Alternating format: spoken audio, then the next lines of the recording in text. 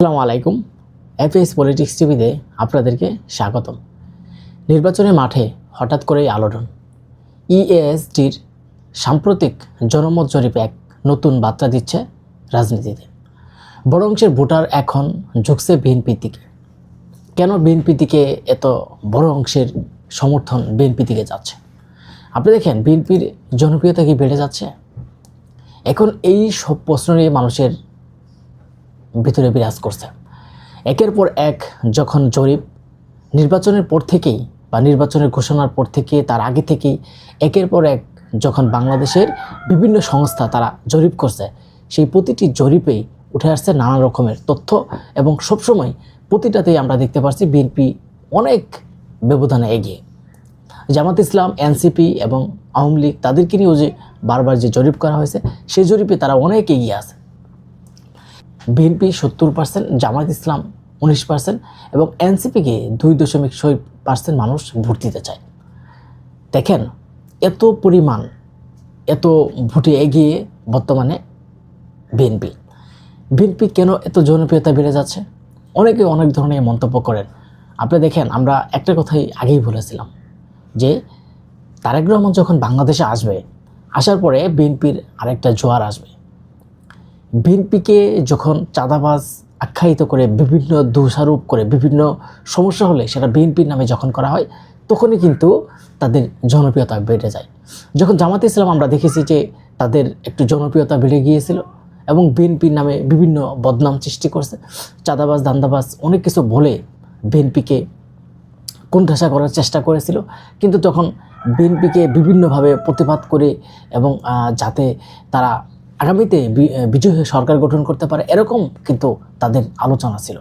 আপনি দেখেন যখন ঢাকা বিশ্ববিদ্যালয়ে ডাকসু নির্বাচন, জাকসু নির্বাচন, গকসু নির্বাচন যখন তারা বিজয়ী হয়েছে তখন তারা ভেবেই নিয়েছে যে আগামী সংসদ তাদের এবং আগামীতে ইসলাম বিজয় হবে এবং তাদেরই পথ চলা হবে। এবং সে সময় তারা আরও নিজেকে উৎফুল্ল করে বিভিন্ন সময় বিভিন্ন স্লোগানে মুখরিত হয়েছিল এবং বিভিন্ন ভাষায় তারা কথা বলতো। আজকে তাদের অবস্থান কোন দিকে যাচ্ছে? তারা যখন বলছে যে তারেক রহমান বাংলাদেশে আসতে পারবে না, তারেক রহমান বাংলাদেশে রাজনীতি করতে পারবে না, তিনি আর এই দেশে আসবে না, এখনও ব্যর্থ। তারা বারবারই অনেক আলোচনা করেছেন, সেগুলোতেও তারা অনেক ব্যর্থ হয়েছে। কিন্তু সর্বশেষ তারেক রহমান বাংলাদেশে আসার পরেই আমরা সেই দেখেছি বিমানবন্দর থেকে শুরু করে সেই 300 ফিট পর্যন্ত ঢাকা সম্পূর্ণ মহাসমুদ্রে পরিণত হয়েছিল। সে এত মানুষ হয়েছিল যা বলার শেষ নেই। এবং সেই জনপ্রিয়তা দেখেই কিন্তু জামাত ইসলাম তারা মাথা তাদের উল্টে পাল্টা হয়ে গেছে যে বিএনপির, আমরা যা বললাম বিএনপির এত জনপ্রিয়তা আবার বেড়ে গেল কেন? কিন্তু অনেকেই আবার বলছেন যে খালেদা জিয়া যখন মারা গেছে তখন মানুষ হবে না, তার জানাজায় মানুষ হবে না, যে সর্বোচ্চ অল্প সংখ্যক কিছু মানুষ হবে, কারণ বিএনপিকে এখন মানুষ চায় না। কিন্তু আমরাও সেটা দেখেছি দল মত নির্বিশেষে সারা বাংলাদেশে মানুষ ঢাকা শহরে এসেছে এবং সেই বিদেশ থেকে বিভিন্ন জায়গায় থেকে তারা জানাজায় অংশ নিয়েছে। এই যে বিএনপির একটা ঘনজোয়ার, তারেক রহমান যেদিকেই যাচ্ছে সেদিকেই মিডিয়া এবং লক্ষ লক্ষ মানুষ এবং মানুষ বাড়িঘর থেকে বিভিন্ন জায়গায় থেকে দেখার চেষ্টা করছে।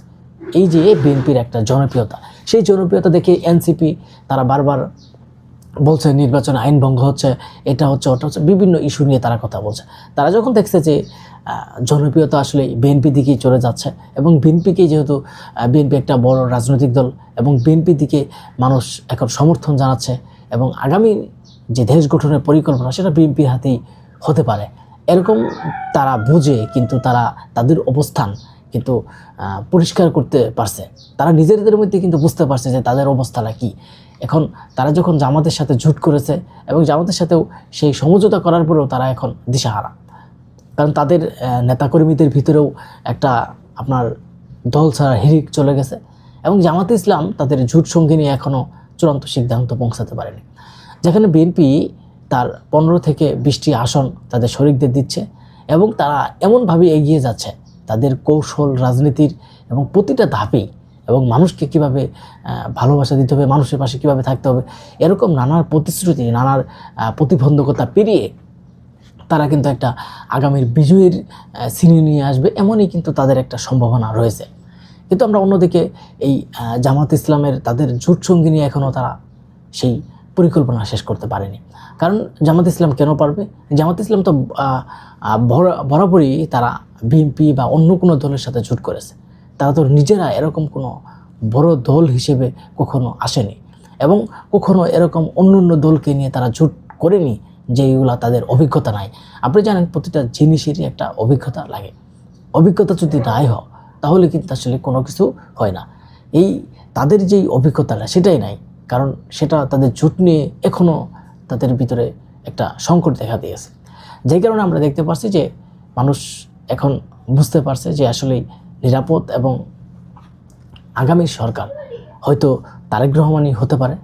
এবং বিভিন্ন মিডিয়াও যখন বলছে যে আগামীর সম্ভাবনা প্রধানমন্ত্রী তারেক রহমান, সেসবই কিন্তু অনেক দেশ বা অনেক দেশের মিডিয়ারা তারাও কিন্তু এ ধরনের কথাই বলছে। তা আসলেই অনেকে বলছে যে বিএনপির দিকে কেন এখন এত সংখ্যক ভোটার? প্রথম আলোর জরিপ, এর আগেও যে জরিপ করা হয়েছে, এখনও যে জরিপ আসছে, ইএসডির যে জরিপ আসছে, সেই জরিপেও কেন বিএনপি এত পরিমাণে এগিয়ে?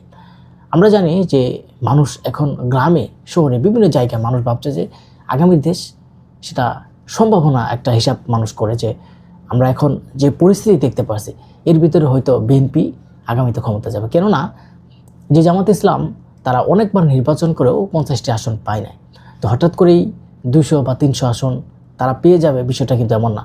কিন্তু তাদের শরিকদের জন্যও অন্যদিকে তারা 110টি আসন ছাড়ার পরেও তাদের শরিকদের মধ্যে একটা বোঝাপড়া শেষ হয় না। কিন্তু সেই 110টি আসন সেখান থেকেও তারা বিজয়ী হয়ে আসতে পারবে কিনা, এটাও কিন্তু একটা সংকট আছে। আর আপনি দেখেন বিএনপি তাদের জন্য মাত্র 10 থেকে 15টি আসন ছেড়ে দিয়েছে। কিন্তু এই দিকে কৌশল দিক দিয়ে সব কিছুই কিন্তু বিএনপি এগিয়ে যাচ্ছে। কিন্তু দেখেন এখন বর্তমানে যেই এবার নির্বাচনটা হবে, সেই নির্বাচনটা হচ্ছে তাদের প্রতীক, প্রতিটা দলের প্রতীক তাদের আলাদা আলাদা হবে। যেমন জামাত ইসলামের যেই দাঁড়িপাল্লা এবং তাদের সাথে যদি এনসিপি জোট করে, এনসিপি কিন্তু শাপলাকলি নিয়ে করতে হবে। অনেকেই দেখবেন যে জামাতের যেখানে সমর্থন তারাও কিন্তু সেই শাপলাকলিতে দিবে না, দিয়ে অন্য দলে চলে যাবে। এই যে এই বাস্তবতাই কিন্তু এখন বর্তমানে রয়েছে। এর জন্য কিন্তু আগামীর মানুষ একটা সম্ভাবনা দেখে যে বাংলাদেশে যারা পরিচিত মুখ, একটা পরিচিতর বিষয় আছে, হয়তো 17 বছর বিএনপির যেই নেতাকর্মীগুলো আছে এবং যারা এমপি প্রার্থী তারা কিন্তু প্রতিটা জায়গায় তাদের পরিচিত মুখ, মানে তাদের যে আসনে নির্বাচন করবে তারা গ্রামগঞ্জে প্রতিটা মানুষই তাদেরকে চিনে। হয়তো তারা অনেক গ্রামে গঞ্জে সব জায়গায় গিয়েছেন, তাদেরকে ওইভাবেই মানুষ চেনে। কিন্তু হয়তো অন্য কোনো দলের প্রার্থী এখনও মানুষ ওইভাবে চিনে না, জানে না। এর জন্যও কিন্তু তাদের একটা কোণঠাসার দিকে পড়ে যেতে পারে।